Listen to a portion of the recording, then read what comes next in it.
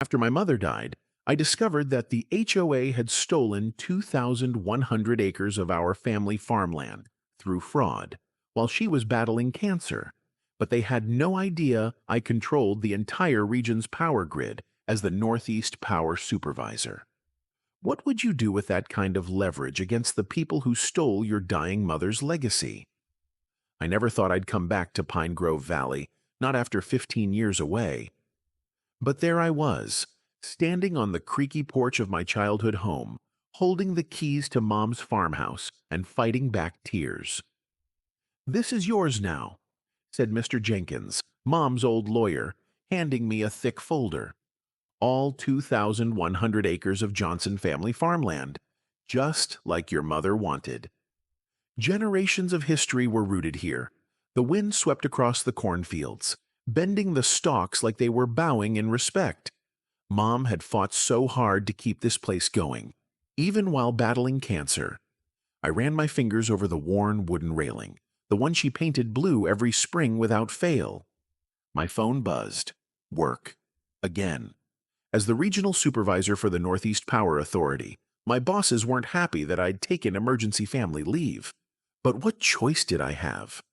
Mom was gone, and someone needed to handle her affairs. I had barely started unpacking when a sharp knock rattled the screen door. A woman stood on the porch, her perfectly styled blonde hair and forced smile giving her an air of artificial warmth. Behind her, two men in polo shirts, emblazoned with the Meadowbrook Association logo, waited like bodyguards. "You must be Helen Johnson's son," she said, extending a manicured hand. "I'm Karen Thompson, president of the Meadowbrook Homeowners Association. We were so sorry to hear about your mother's passing." I shook her hand, confused. "Thanks. But what brings the HOA out here? Mom's farm isn't part of your development." Karen's smile tightened. "Well, that's actually why we're here. There are some covenant violations we need to discuss." I frowned. "Covenant violations?" "This farm has been here since 1920. Your neighborhood has only been around for, what, 10 years? 15, she corrected smoothly. "And while that may have been true once, your mother never officially contested our annexation of this property. According to county records filed 5 years ago, this land now falls under our jurisdiction." My stomach dropped. "That's impossible." Karen handed me an official-looking document. "These papers were filed while your mother was still the owner. As you can see, the Meadowbrook Association's boundaries were legally expanded to include this property." I stared at the signature at the bottom. It looked like Mom's, but something felt off. "There must be some mistake," I said. "My mother would never agree to this." "Nevertheless," Karen continued, gesturing toward the barn, "those farm vehicles are in violation of our storage ordinances, and that fence needs to be brought up to code. We'll give you 30 days to address these issues before fines begin." As they walked back to their luxury SUV, I noticed something that made my blood run cold. Survey stakes with bright orange ribbons lined up along the edge of our cornfield. They hadn't been there at Mom's funeral. 3 days ago. That night, I couldn't sleep. Mom's paperwork was scattered across the kitchen table. Tax forms, medical bills, land deeds dating back to my great-grandfather. But something about Karen's documents kept nagging at me. Why would Mom ever sign away control of our land? I pulled open the filing cabinet in Mom's office, the one she always kept locked. The key had hung on a chain around her neck for as long as I could remember. The same key the funeral director had given me, with her personal effects. Inside the bottom drawer, hidden beneath old photo albums, I found it. A leather-bound journal, its cover embossed with 3 words: "Keep fighting." My hands trembled as I opened it.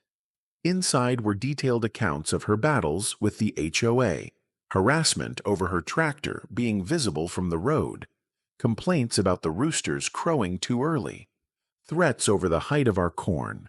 But what disturbed me most were her notes about land surveys mysteriously changing, property line markers moving overnight, and HOA members trespassing to take photos of violations. The final entry was dated 3 months ago, when she was in the hospital for her last round of chemo. They're taking advantage of my sickness. I don't have the strength to fight them anymore. God forgive me for failing to protect what my father and his father built. I wiped the tears from my eyes and kept reading.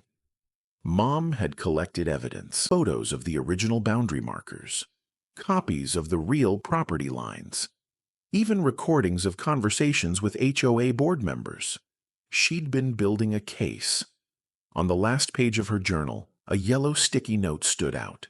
A name, Sarah Winters, attorney, and a message. Call when you're ready to fight back. Faint sound of a car rolling past made me tense. Headlights off. I peeked through the curtains. Karen Thompson, sitting in her sleek Mercedes, snapping pictures of our property. Sleep didn't come that night. Instead, I pored over Mom's documents, comparing her real signature on bank statements to the one on Karen's annexation papers. They weren't the same, not even close. By dawn, I knew 3 things for certain. 1. The HOA had falsified documents. 2. They had exploited my mother's illness. 3. They had no idea who they were messing with. This is criminal. Sarah Winters adjusted her glasses as she examined Mom's journal and the HOA documents side by side.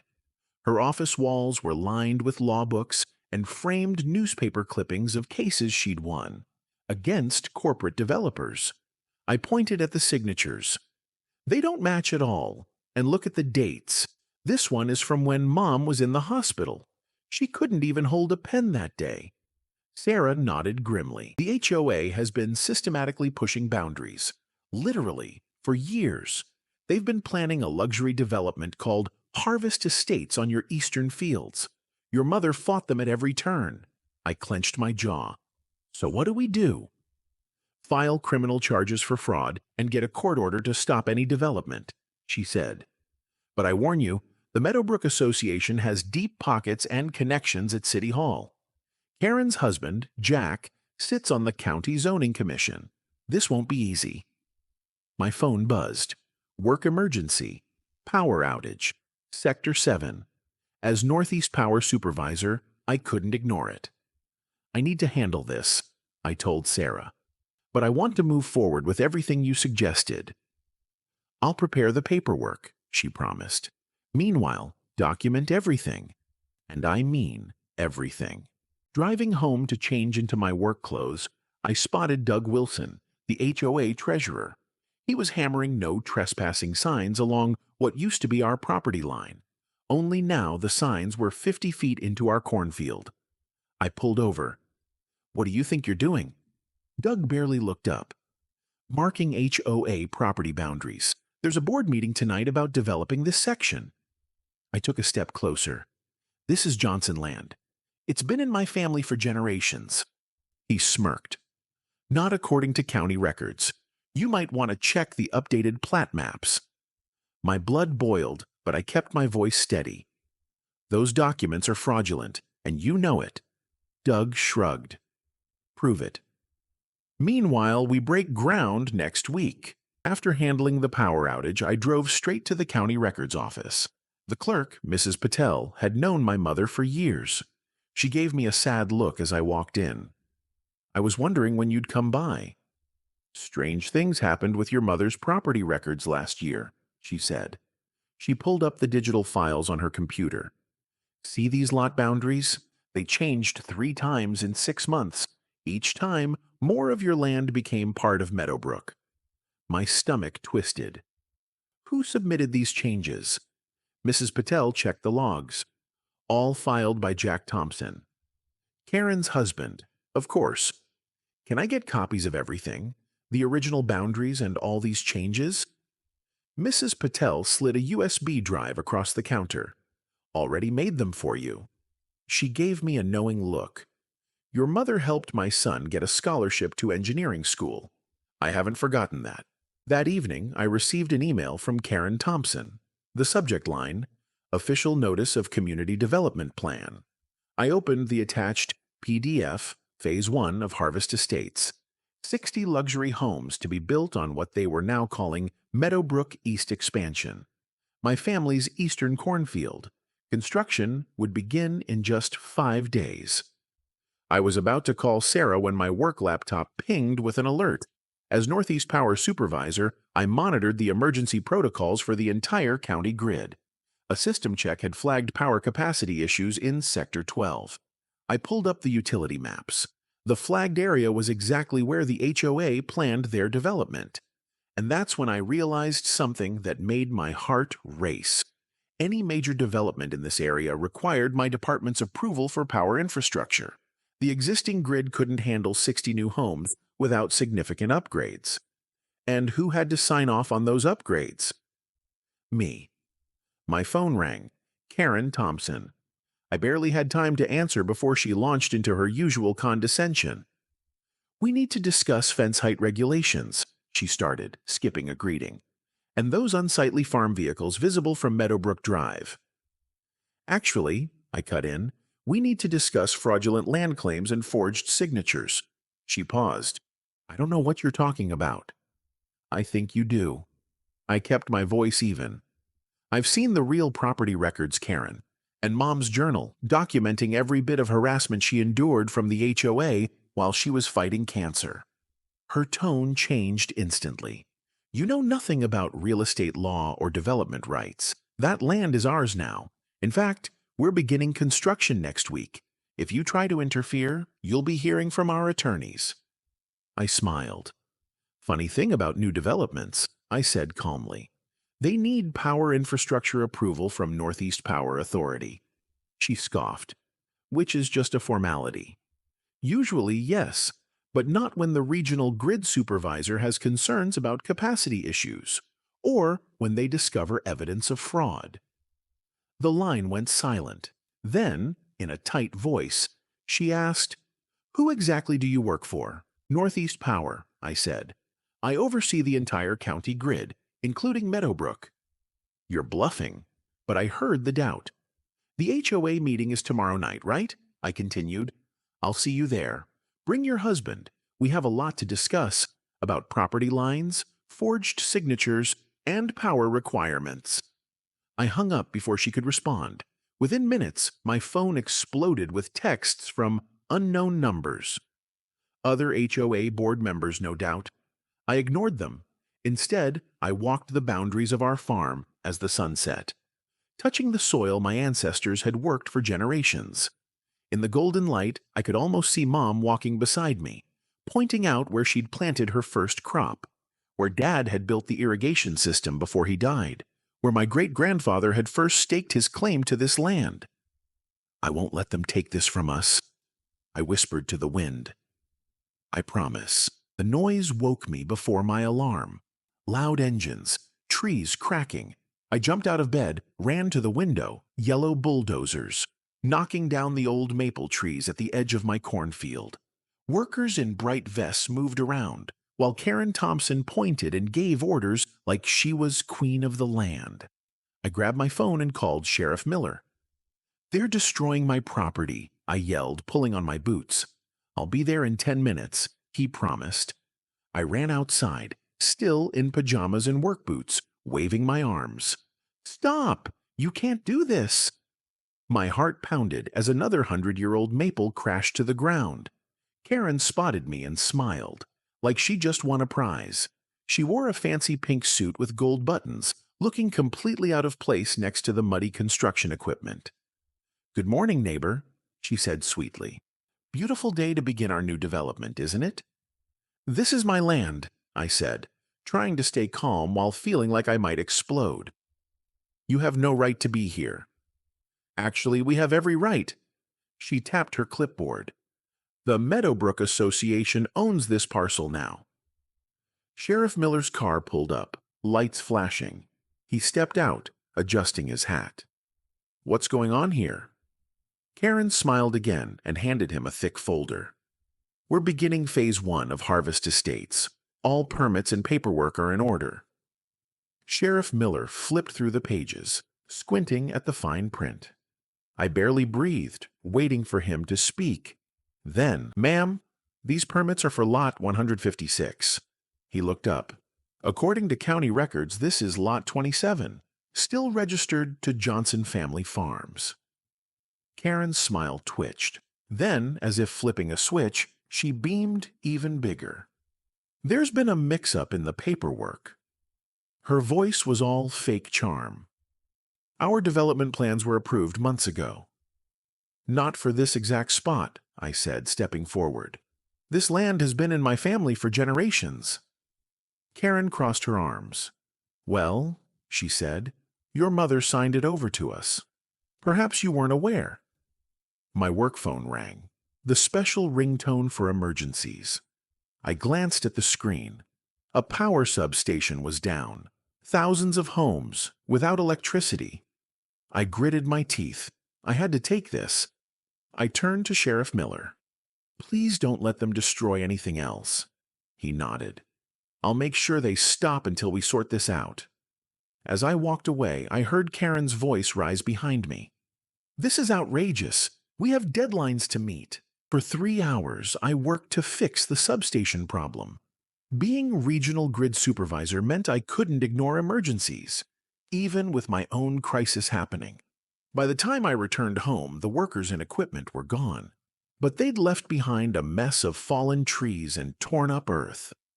Sheriff Miller had made them stop, but not before they'd cleared nearly an acre. My stomach hurt looking at the destruction. These were trees my great-grandfather had planted. I walked to the mailbox, hoping for good news from my attorney. Instead, I found papers taped all over my barn and fence posts. Big red letters spelled "Cease and Desist." The documents accused me of blocking necessary community improvements. They threatened fines and legal action if I didn't cooperate.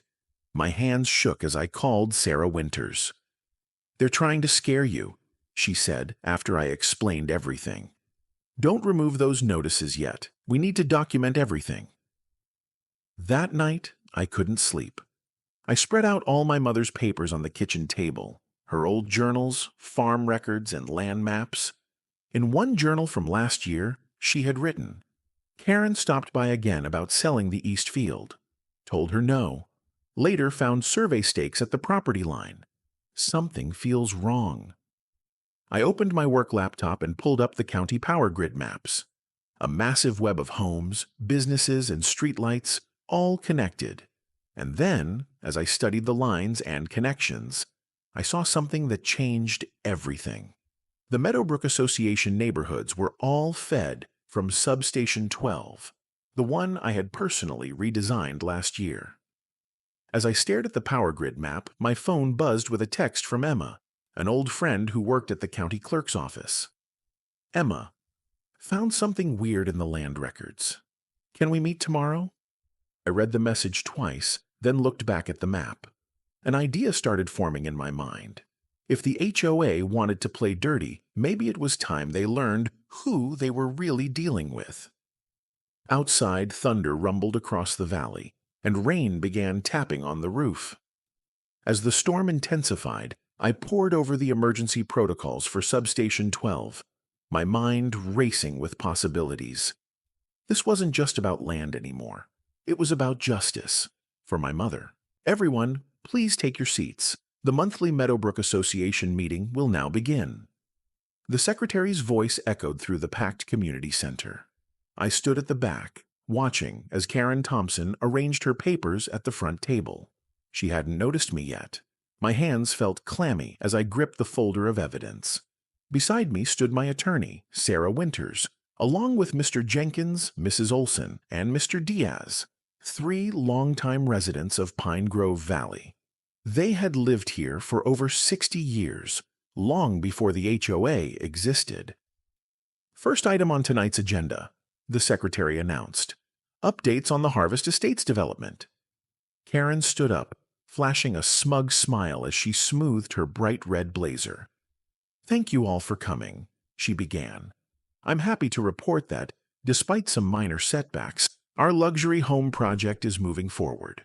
The Johnson property has been secured, and construction will resume next week." My blood boiled at her blatant lie. Several board members nodded approvingly while homeowners whispered excitedly about rising property values. Karen continued. We also need to discuss enforcement actions against certain individuals interfering with community improvements. Excuse me, I called out, stepping forward. I'd like to address the board. Karen's smile froze as heads turned toward me. This is a closed meeting for members only, she snapped. Sarah stepped up beside me. As legal counsel for the Johnson family, my client has the right to speak regarding any claims about their property. The room buzzed with murmurs. Karen gripped the edge of the table. Fine, she said through clenched teeth. You have 2 minutes. I walked to the front and connected my laptop to the projector. My name is Johnson, I said, my voice steady. And I'm here to discuss how this HOA fraudulently claimed 2,100 acres of my family's farmland while my mother was dying of cancer. The room fell silent. That's a ridiculous accusation, Karen snapped. Your mother signed over the property rights voluntarily. Did she? I clicked to the first slide, a signature page dated July 17th of last year. This document claims my mother transferred the land on this date, but let's take a closer look. I switched to the next slide, hospital records from that same day. On July 17th, my mother was undergoing emergency surgery. She was physically incapable of signing anything. Gasps filled the room. One board member, a gray-haired man named Tom, leaned forward with a frown. Is this accurate, Karen? Karen's face turned red. This is just a misunderstanding about dates. It's not just one date, I continued, flipping through more documents. Here are 5 separate agreements, all supposedly signed by my mother. But according to her hospital records, she was either in surgery, heavily medicated, or unconscious on each of those dates. Mrs. Olson stood up, her voice firm. I've known the Johnson family for 50 years. Their farm was here long before any of your fancy houses. That land rightfully belongs to them. Karen slammed her gavel against the table. Order! This is getting out of hand. Sarah stepped forward. The Johnson family has filed official complaints with the county regarding fraudulent real estate practices and elder abuse. A criminal investigation is pending. Board members exchanged worried glances.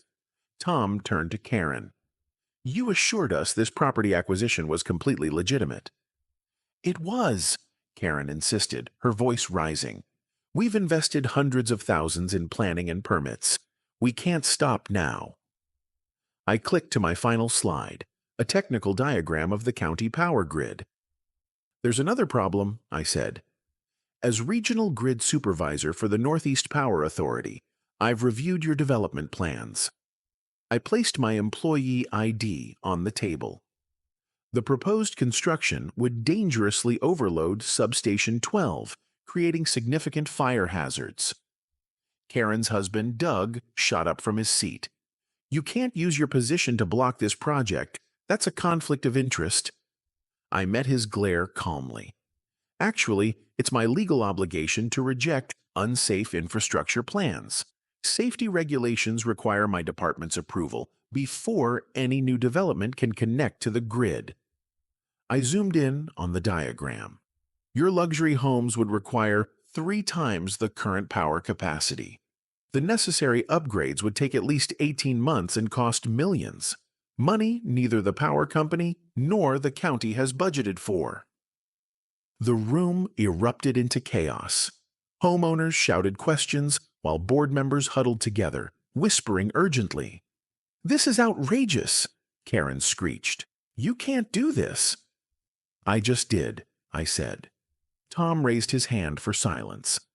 I move that we pause all Harvest Estates activities until these serious allegations are resolved. I second that motion, another board member added quickly. Karen looked like she might explode. You don't understand what's at stake here. We've made commitments to developers. As the board voted overwhelmingly to pause the project, I caught Doug Thompson slipping out his phone to make a call. He glared at me the entire time. After the meeting, Sarah squeezed my arm. That went better than expected, but this isn't over. Karen and Doug have connections. They'll fight back hard. Let them, I said, feeling stronger than I had in weeks. I have truth on my side. Outside in the parking lot, Mr. Jenkins approached me. Your mother would be proud, but watch yourself. The Thompsons don't like losing. I nodded, watching Karen and Doug huddle with 3 men in expensive suits across the lot. They all turned to stare at me with cold, calculating eyes. Driving home under the starry sky, I felt hopeful for the first time since finding those survey stakes. The farm lights twinkled in the distance, welcoming me home. Mom's favorite radio station played an old country song about standing your ground. The victory feeling lasted until my headlights swept across my front yard, and I saw what was waiting for me. My breath caught in my throat. Someone had spray-painted huge red letters across my barn. This isn't over. I parked and slowly approached the house, noticing the front door was slightly ajar. Inside, papers were scattered everywhere. Mom's journals, family photos, and farm records all dumped onto the floor. On the kitchen table lay a single sheet of paper with a typed message. Everyone has secrets. Even your mother. Even you. My hands shook as I picked up the phone to call Sheriff Miller. The war for my mother's land had just gotten much more personal. I woke up shivering in total darkness. Flipping the light switch did nothing. It was strange. Only my house had no power, while Meadowbrook's fancy streetlights glowed brightly outside my window. This wasn't an accident. My phone lit up with worried messages from old family friends. Emergency HOA meeting last night. Karen told everyone you're stealing electricity. They're coming for your land today. Be careful. Heart pounding, I grabbed Mom's old flashlight and checked the circuit breaker. Everything looked normal, which meant someone had cut my power from the outside. I tried calling the power company, but nobody answered. Going somewhere important? Karen's voice made me jump. She stood at my fence line, flanked by Doug Wilson and 2 men in suits I didn't recognize. What did you do to my power? I demanded, marching toward them. We've discovered illegal connections from our development to your property, she said loudly, as if performing for an audience. The power company is investigating.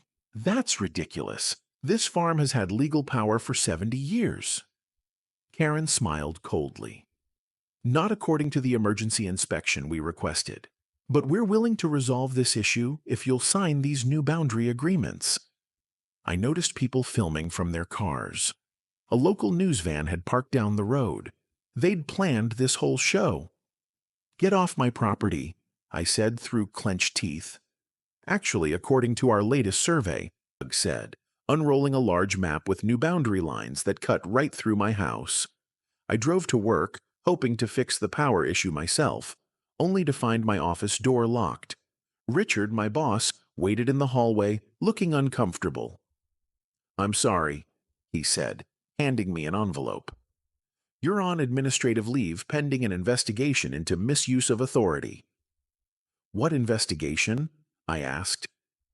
Allegations that you've been manipulating power access to force the HOA to back down on legitimate land claims, he explained. My stomach dropped. Jack Thompson brought the complaint to the board yesterday. Jack Thompson? Karen's husband? I asked. Richard nodded. Vice chairman for 3 years now. I sat in my truck, hands shaking with anger. They'd planned this attack perfectly. Cut my power, damage my reputation, and remove my ability to fight back through my job. My phone rang with an unfamiliar number. Is this the Johnson farm? A gruff voice asked. Yes, who's calling? I responded. Dave Miller with Channel 8 News. We received an anonymous tip about illegal utility connections at your property. Care to comment? Before I could answer, I heard the roar of heavy engines in the distance. Through my rearview mirror, I saw 3 bulldozers with the Harvest Estates logo rumbling down my driveway, followed by trucks carrying armed security guards. I raced home, skidding to a stop in front of the bulldozers. Sheriff Adams pulled up moments later. You can't let them do this, I shouted. He handed me a document. New emergency court order. Judge Phillips signed it an hour ago. Judge Phillips? He's Karen's uncle. My hands trembled as I took the paper. My hands are tied until your hearing next month, the sheriff said quietly. But between us, something stinks about all this. I watched helplessly as the security guards set up a perimeter and the bulldozers began clearing my western field. News cameras captured everything from the road. That evening, I retreated to Mom's old storm cellar, the one place where I could think without being watched. I felt beaten, staring at her rows of preserves and emergency supplies. "What would you do, Mom?" I whispered, tracing my fingers along the rough wooden shelves she'd built decades ago. Behind a loose board, I noticed something metallic. Pulling harder, I discovered a hidden compartment containing a rusted metal box I'd never seen before. Inside lay yellowed papers, original land grants, surveys from the 1800s, and photographs of my grandfather with county officials. But one document made my heart race. The original power grid agreements from 1952, when my grandfather had granted easements for the first rural electrification project. I scanned the faded text with Mom's flashlight, hands trembling, until I found a clause circled in faded red ink. In perpetuity, the Johnson family retains override authority for any utility modifications affecting their granted easements. Beneath these papers lay a leather-bound journal, filled with Mom's handwriting. The pages detailed accounts of HOA harassment, copies of threatening letters, and recordings of conversations stored on tiny flash drives. "Always have a backup plan," she'd written on the final page, "and remember who actually owns the power lines that run through our land." A loud crash overhead made me jump. Through the cellar's tiny window, I saw security guards searching my house, throwing furniture and breaking windows. I clutched the documents to my chest, suddenly understanding Mom's final gift to me. The HOA thought they had all the power, but they had no idea what I held in my hands. For the first time in weeks, I smiled. 3 large news vans crowded the county courthouse parking lot. I clutched my worn leather briefcase containing Mom's hidden documents as neighbors, farmers, HOA members, and curious onlookers packed the hallways. "You won't win this," Karen hissed as she brushed past me, flanked by expensive-looking lawyers. "We've already started building on your land." My hands shook slightly, but not from fear. I hadn't slept in 2 days, working with Sarah Winters to prepare our case, all while living without electricity in my own home. Judge Reynolds, a stern woman with silver hair, called the emergency hearing to order. The courtroom fell silent. "This case involves serious allegations from both sides," she began. "Mrs. Thompson, your HOA claims rightful ownership of the disputed farmland based on annexation papers signed 5 years ago. Mr. Johnson, you claim fraud and illegal seizure of your family property." Karen's lead attorney approached with confident strides. "Your Honor," he began, "the Meadowbrook Association legally incorporated this abandoned farmland through proper channels. Mrs. Johnson signed these documents." He presented a folder of papers. "The current owner is simply refusing to accept progress." "Abandoned?" I whispered to Sarah. "Mom never left that farm a single day until they took her to the hospital." Judge Reynolds examined the signatures.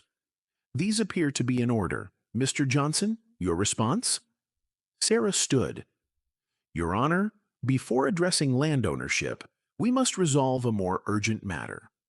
My client's position at Northeast Power Authority has been wrongfully terminated based on false accusations from board member Jack Thompson, who deliberately concealed his conflict of interest as the husband of the HOA president, who stands to profit millions from developing this land." Murmurs rippled through the courtroom.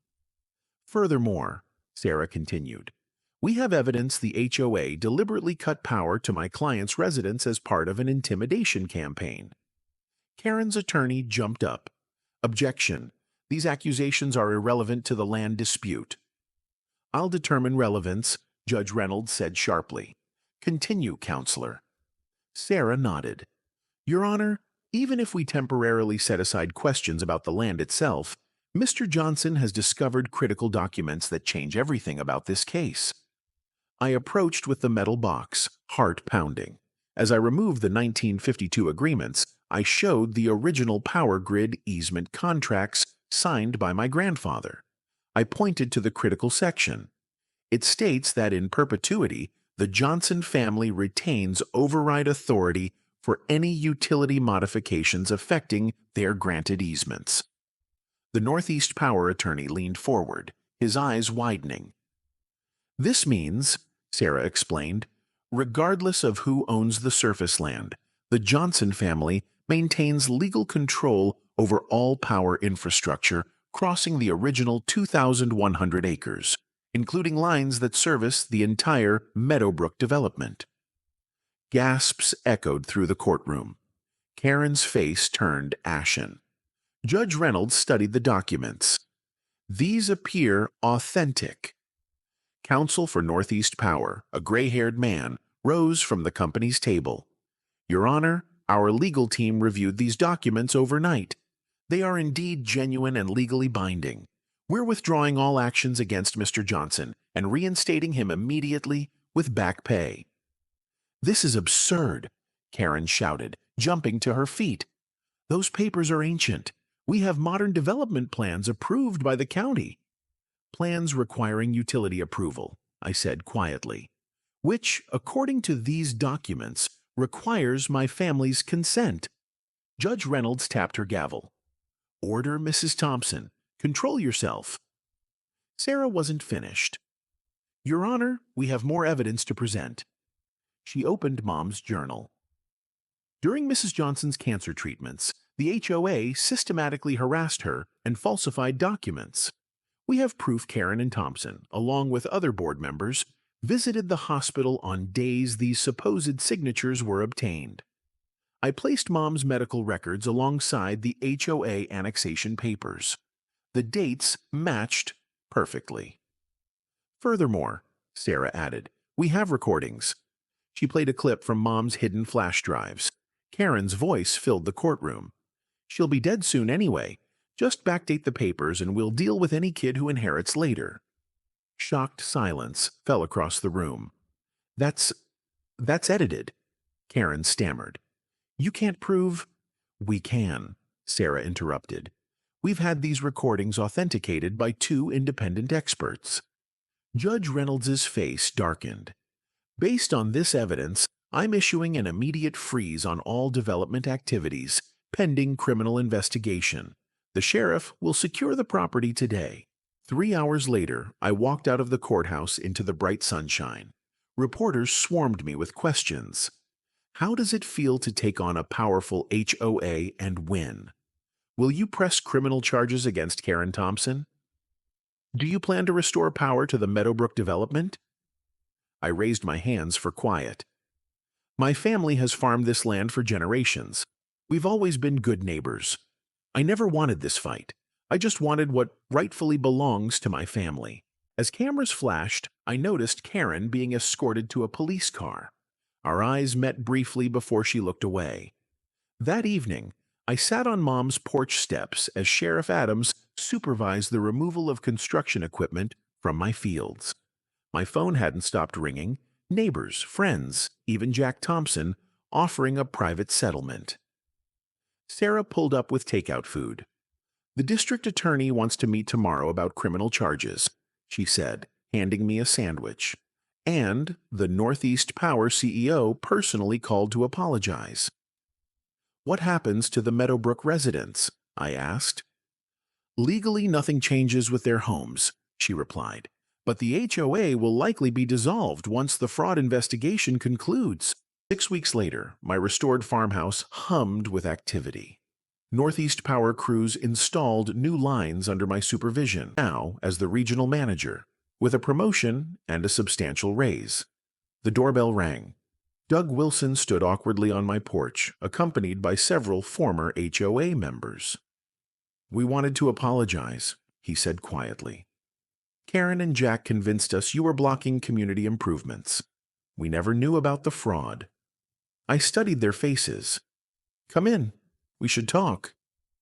Around my kitchen table, neighbors who had once been enemies shared coffee and honest conversation. Most had been misled by Karen's promises of higher property values and exclusive amenities. "What happens to our neighborhood now?" asked Elaine Foster, an elderly woman who'd lived there since before the HOA was formed. "That's up to you," I replied. "But I have some ideas." 2 months later, as autumn painted the cornfields gold, neighbors from both the farm community and former Meadowbrook gathered in my renovated barn. Children played on hay bales, while adults discussed the newly formed Pine Grove Valley Community Association, a democratic organization replacing the disbanded HOA. Sarah joined me by the window, watching as former enemies became neighbors. "Your mother would be proud," she said softly. Outside, workers removed the last Harvest Estate sign from my property. In its place, they hung a simple wooden plaque. "Johnson Family Farm Established." "You know what I learned from all this?" I told Sarah. "Watching fireflies appear over the fields. Mom had fought so hard to protect. Real power isn't about control or money or fancy houses. It's about standing up for what's right, even when you're standing alone." As dusk settled over my family's 2,100 acres, now legally protected by new conservation easements, I felt Mom's presence in every acre we'd saved together. The land would remain undivided, a living legacy for generations to come, and a reminder that sometimes, against all odds, justice finds a way.